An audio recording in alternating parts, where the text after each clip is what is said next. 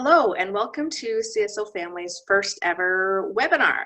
So we're calling this a surrogate series where we are going to share different information about the surrogate perspective of this process. So we're going to start with me sharing with you who I am and what I do for CSO Family, and also giving you sort of a Cole's Notes version of what a surrogate consult looks like with CSO Family. So my name is Julia Ross, and I am the Director of Client Care for CSO Family. I am a 3-time surrogate and was so happy and proud to have CSO support me throughout my journeys.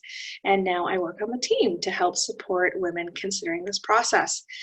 So when I do a surrogate consult, the first thing I want to make sure I am very clear about is that this process is very much yours. So that means the pace that the process takes and the individual or couple that you help. All these things are up to you and go at your pace. So I'll share some information with a woman and perhaps prepare a time to speak with her again when her partner is available. Lots of times spouses have questions too, and actually a little bit later on in our series I will be sitting down with my husband to share with you his perspective, so watch for that coming in a little bit.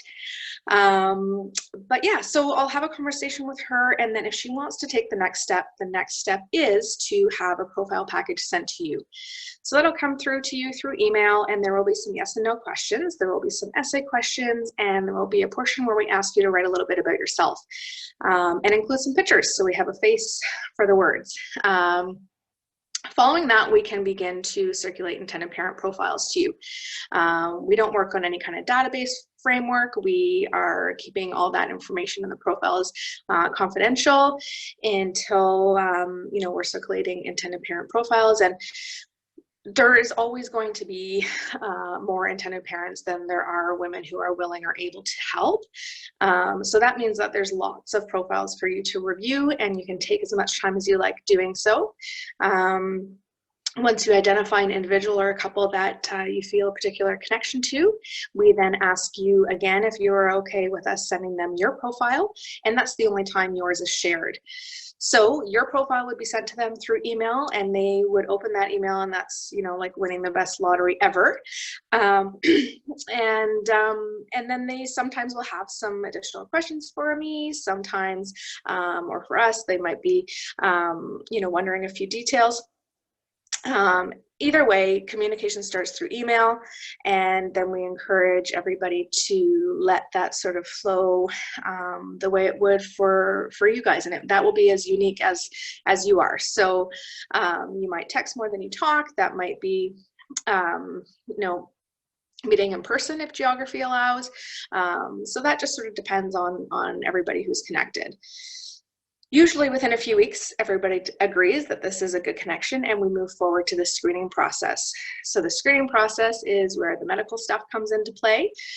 Crystal from CSO will be there with you on that day. She's fantastic, and she will keep you company, and she will go through every step and stage of that day, what to expect and what to expect coming up after that day too. Leaving that appointment, you will have a really good idea of when transfer will take place.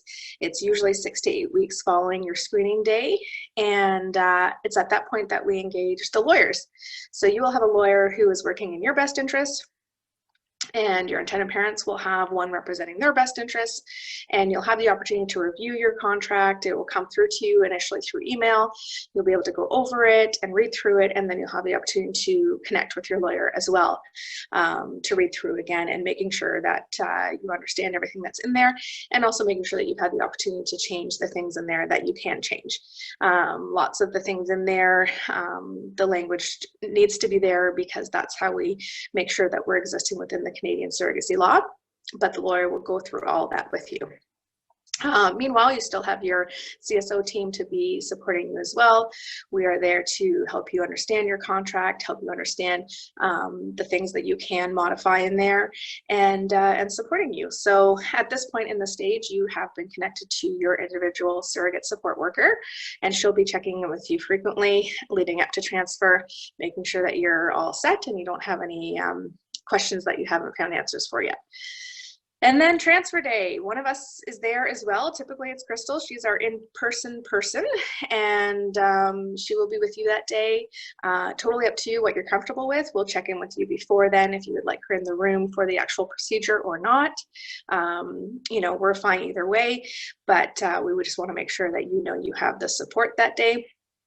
And then following that, you will head home, and sometimes if you're not local, then perhaps you'll go to a hotel for the night and just rest up and let that embryo dig in and get cozy. And then 2 weeks after, you'll have a blood test to determine, hopefully, that the process was successful and you are expecting.